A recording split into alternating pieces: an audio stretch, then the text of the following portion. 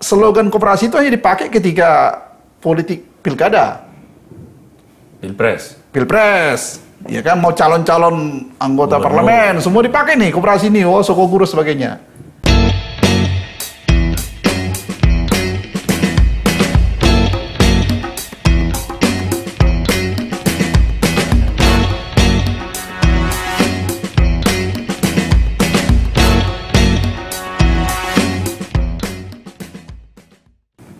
Semangat pagi Indonesia, para sahabat sang kakek dimanapun berada.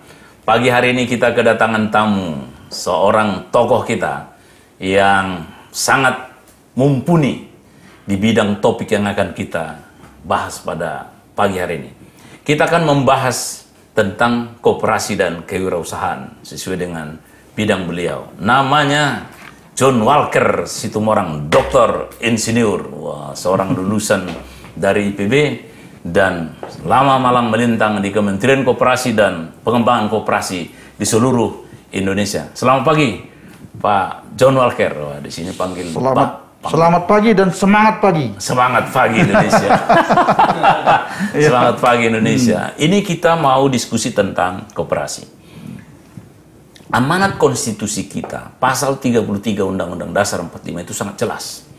Bahwa ada 3 pelaku usaha kita, negara, swasta, dan koperasi. Dan disebut di situ sebetulnya bahwa koperasi adalah Sokoguru perekonomian Indonesia. Ya. Tetapi kita melihat kenyataannya bagaimana. Sebetulnya bagaimana amanat konstitusi ini dalam perspektif dalam perlakuan kita terhadap ekonomi dan demokrasi ekonomi kita. Iya, terima kasih. Jadi sebelum ke situ, saya ingin nyampaikan, kebetulan saya sendiri melakukan riset mengenai peran koperasi ini dalam perekonomian ini. Dengan menggunakan model partisipatori ekonomi kooperatif kan. Ya. Jadi hasilnya tahun 2019, kontribusi koperasi dalam pembangunan ekonomi regional dan nasional kita bisa tahu. Itu 2,08%. 2,08%. Ya, dengan memasukkan indikator partisipasi dalam tenaga kerja, partisipasi dalam GDP, PDRB, partisipasi dalam masyarakat berkoperasi. Ya ini, jadi baru 2,08%. Artinya sisanya oleh non koperasi. Apa itu non koperasi? Yaitu tadi BUMN sama swasta. Nah, makanya Menteri Koperasi Pak Teten Mas Duki pernah menyampaikan di forum dalam rangka ulang tahun koperasi bulan Juli itu bahwa koperasi itu belum bisa menjadi Sokoguru. Oh, belum bisa menjadi Sokoguru. Belum bisa menjadi Sokoguru. Nah, ini kita buktikan. Nah, inilah fakta sekarang ini. Jadi sebenarnya pertanyaannya itu bagus. Mengejawantahkan undang-undang itu, Undang-Undang Dasar 45, Amanat Undang-Undang 5, menjadikan koperasi menjadi Sokoguru yang harapan masih. Masih harapan? Masih harapan. Masih jauh panggang dari api? Iya, kira-kira kita. Nah, kenapa? 2,8%. 2,08%. 2,08%. Iya, dari peringkat pertama itu tahun 2019 itu Bali. Nah, 5 besar itu Bali, terus Kalimantan Barat, NTT, kemudian Jogja, sama Jawa Timur. Jadi kapan ini bisa kita kira mengarah dulu kita sebut Sokoguru perekonomian ini? Memang harus ada perubahan mendasar. Harus ada perubahan mendasar mengenai pengelolaan ekonomi nasional lah kita berbicara. Ya. Nah, saya menyampaikan ini begini, itu di hulu. Di hulu? Di hulu. Utawi di hulu dulu dibenahin. Hulunya kan jelas ini. Nah, itu Amanat Undang-Undang Dasar. Amanat Undang-Undang Dasar 45 itu pasal 33 ayat 1 sampai ayat 4 itu menyangkut pada kata-kata gotong royong, demokrasi ekonomi, sumber bumi dan laut, sumber daya alam, dikuasai negara dan seterusnya. Ayat kelima dikatakan bahwa itu semua akan diatur dalam undang-undang. Kita sebutlah sistem ekonomi nasional. Sistem perekonomian demokrasi ekonomi ini. Nah, itulah yang disebut nanti demokrasi ekonomi. Ya. Karena itu konstitusi. Konstitusi, itu amanat. Nah, saya sampaikan itu, kenapa itu di hulu? Iya. Ini belum ada disentuh sejak amandemen keempat tahun 2004. Jadi sudah 16 tahun. Nah, oleh karena itu ya slogan koperasi itu hanya dipakai ketika politik pilkada, pilpres, ya kan, mau calon-calon anggota parlemen semua dipakai nih koperasi ini, oh Sokoguru sebagainya. Nah kita lihat faktanya begitu. Jadi berarti secara fakta belum. Ya. Tapi dari sudut hulu amanat konstitusi kita Undang-Undang Dasar 45 Ya. pasal 33 jelas. Ya. Seharusnya koperasi menjadi Sokoguru. Ya. Tapi ini tidak ditindaklanjuti berupa konsep demokrasi ekonomi dan undang-undang tentang perekonomian nasional. Iya, sistem perekonomian nasional kita sebutlah sistem. Sistem perekonomian nasional. Itu yang disebut dengan demokrasi kan itu. Oh. Demokrasi. Jadi sebenarnya faktanya ya belum ada sistem demokrasi ekonomi Indonesia loh. Jadi berarti undang-undang sistem perekonomian nasional di mana dinyatakan koperasi sebagai Sokoguru harus dan wajib dilakukan. Harus sebagai kebijakan di tingkat hulu. Iya. Kalau mau ini menjadi implementasi di tingkat operasional dan fakta begitu kira-kira. Betul. Itu perintah dari Undang-Undang 45. Iya. Amandemen keempat.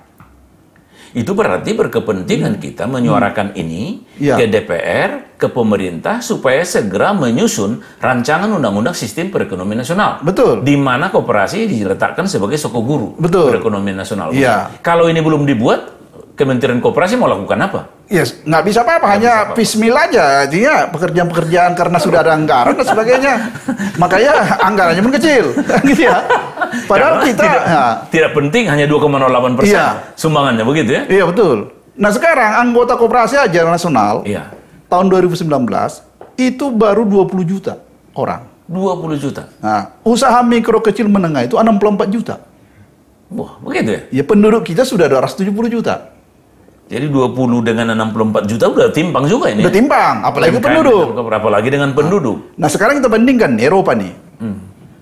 Itu Prancis, setiap penduduk itu menjadi anggota minimal 2 koperasi. Oh gitu? Iya, Tiap penduduk? tiap penduduk. Rasionya itu tinggi. Wah, Jadi lebih banyak orang menjadi anggota koperasi daripada jumlah penduduk. karena 2 kali lipat ya? Iya, kali Karena satu orang 2,5 lah rasionya. Iya. Jadi kalau kita bulatkan ke atas bisa jadi 3 kan? 3, iya. Nah, di sini persoalannya. Kalau di sini? Kalau di sini 20 juta dari 270. 270. Iya Hanya kan? seberapa ya? Nggak sampai 10%. Nggak sampai 10%. Nah, padahal kita bilang itu Sokoguru. Ya kan? Nah, ini kita pakai data. Saya pakai data ini. Iya. Data nasional itu omsetnya hanya 130 triliun. Omsetnya Iya, koperasi? jadi transaksi anggota itu rata-rata setahun itu 7,4 juta per anggota, dan kalau per bulan itu sekitar 650.000. Nah, batas kemiskinan itu 450. Jadi sedikit aja di atas kemiskinan nih, koperasi ini. Beda tipis ya? Beda tipis. Jadi ini mau dibuat Sokoguru. Ya kalau nggak ada perubahan besar, nah ini koperasi akan tetap kayak bonsai. Padahal di Eropa nggak disebut Sokoguru, tapi Nggak satu perlu. orang 2 Dan koperasi. di sana Sokoguru ini. Oh, jadi Sokoguru ya? Di Uni Eropa Sokoguru, Iya. di Amerika Sokoguru, di Australia Sokoguru, di New Zealand Sokoguru, di Jepang Sokoguru, di Korea Sokoguru. Oh gitu ya? Iya, di Taiwan juga. Sokoguru? Iya. Karena mereka itu bisa menjadi global ekonomi masuk. Itu bridge-nya, itu jembatannya itu koperasi. Kekuatan di akar rumput ini. Jadi jangan heran di Eropa itu Barcelona FC itu aja badan hukumnya koperasi. Oh gitu ya? Iya. Badan hukumnya. Padahal itu udah mendunia ya? Padahal Global. kita bisa kita juga bisa jadi anggota Barcelona kita. Oh, Kita gitu ya? daftar, tapi bayar iuran, terus nanti dapat manfaat, apa jersey-jerseynya atau menonton nanti diskon. Oh gitu ya? Iya, Nah, sekaliber Barcelona juga koperasi ya? betul. Padahal kita menyebut dalam Undang-Undang 45 Sokoguru. Sokoguru. Tapi kenyataannya Belum. seperti ini. Belum. Dan sudah diakui oleh pemerintah. Oh, udah dulu. Belum menteri kan? Oke. Belum bisa. Ini berarti Kementerian Koperasi harus juga giat sebagai wakil pemerintah mempersiapkan rancangan undang-undang sistem perekonomian nasional ini. Nah, kalau kita bicara konstitusi memang harus Menteri Koperasi yang apa ini? Ya. Yang mengusulkan inisiatif. inisiatif. Tentunya kan ada koordinasi dengan Menko Iya. Perekonomian dan sebagainya kan. Nanti kalau DPR yang inisiatif mana tahu jadi lain lagi Lain cerita. lagi. Iya. Jadi itu berarti Kementerian Koperasi sebetulnya kita harapkan akan membuat tim menyusun ini dalam rangka menyusun sistem perekonomian nasional Iya. dalam bentuk undang-undang. Keharapannya Jadi harus begitu. diajukan. Tapi sampai sekarang belum kira-kira. Belum. Makanya kita ya, melalui forum ini juga bisa sosialisasikan Oke. termasuk kepada gerakan koperasi. Iya. Nah, terus tadi pertanyaan kenapa koperasi itu belum gugur? Tadi sudah saya sampaikan dasarnya. Nah, dalam praktek ekosistem koperasi itu ada 3 ekosistemnya itu. Satu namanya koperasi primer, Iya. yang anggotanya itu orang per orang. Iya. Satu lagi koperasi sekunder, yang anggotanya Koperasi. koperasi. Iya. Satu lagi adalah lembaga gerakan koperasi. Oh. Nah, itu. Jadi kalau kita bikin di piramida itu begini, kita bagi-bagi, itulah namanya ekosistem internal koperasi. Oh, ekosistem internal. Nah, yang berjalan sekarang hanya koperasi primer. Oh gitu. Ya, koperasi sekunder itu hampir tidak terdengar. Mungkin kalau dilihat belum pernah lihat ada koperasi sekunder hebat. Oh. Nasional Federasi Koperasi di Singapura itu adalah koperasi sekunder yang menguasai retail. Hampir berapa itu? Kayaknya lebih 60%. Atau karena sulit ya, koperasi membina koperasi gitu. Enggak, justru ini namanya integrasi vertikal sudah ada. Oh, integrasi vertikal. Karena harus Iya, ke atas ya, membackup operasi primer. primer. Nah, itu badan usaha terbesar di dunia itu salah satunya namanya Genno di Jepang. Iya. Itu namanya Federal Koperasi atau sekunder. Itu omsetnya aja 16 triliun satu tahun. 1 tahun. Satu tahun. Dia menguasai suplai bahan untuk pertanian itu bisa 75%. 75% Input pertanian. pertanian. Manfaatnya Iya. luar biasa besarnya ke anggotanya berarti. Iya. Oh, jadi kelemahan kita artinya kurang koperasi yang sekunder ini. Iya.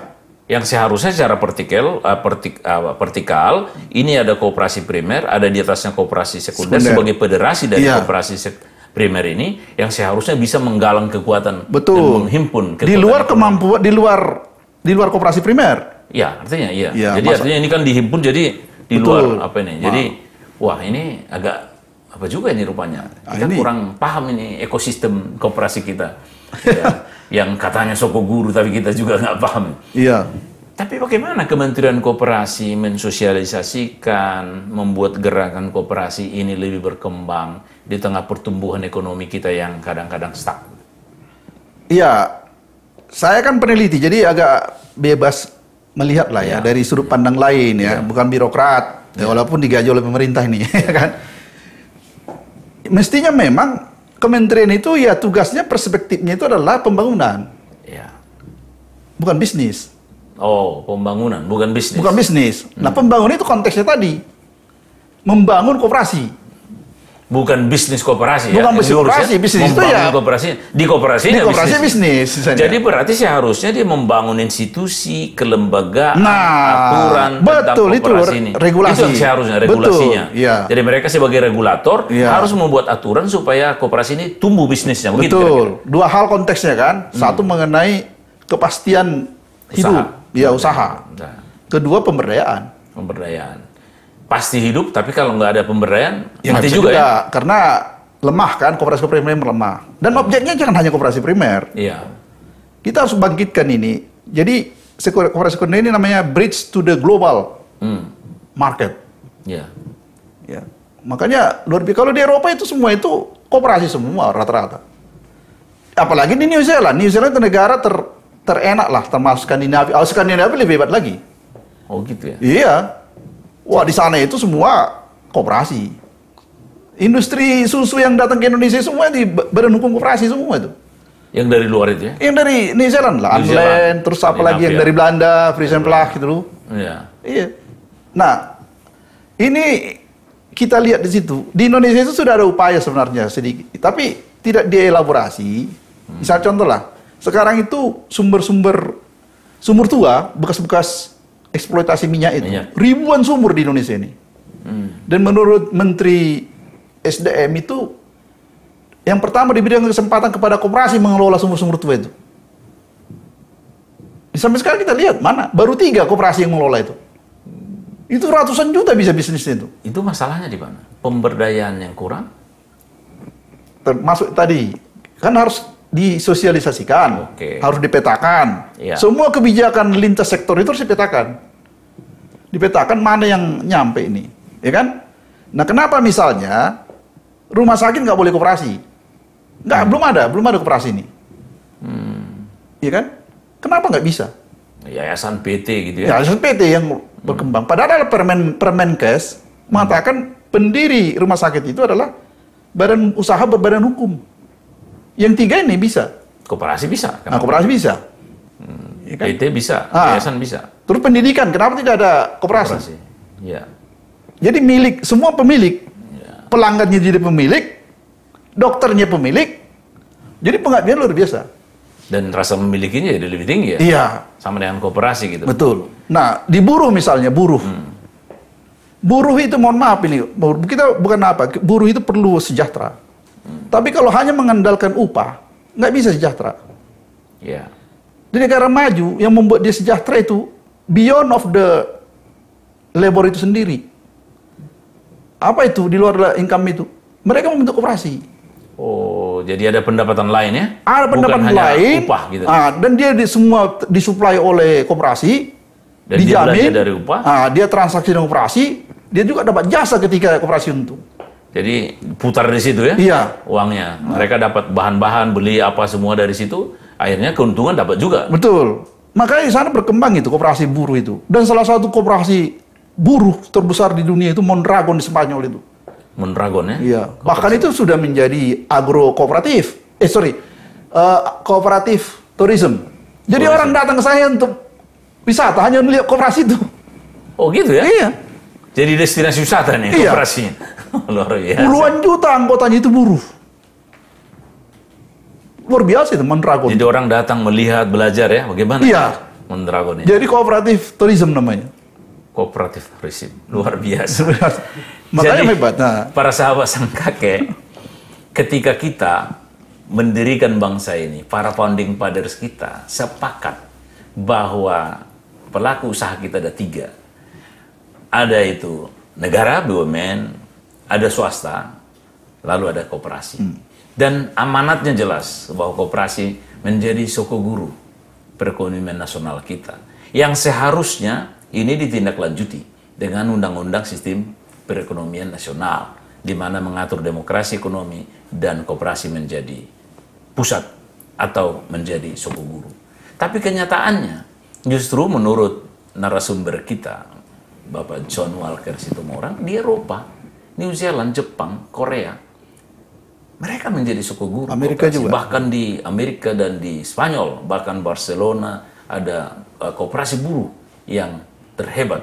Kalau di sini mungkin buruhnya terhebat demonya. Kalau di sana terhebat membuat koperasi. Perlu juga belajar, jangan hanya demo, tapi juga untuk membuat koperasi supaya jangan hanya menuntut kenaikan upah, tapi kesejahteraan dari koperasi ternyata menurut beliau tadi sebagai seorang peneliti ternyata bisa juga.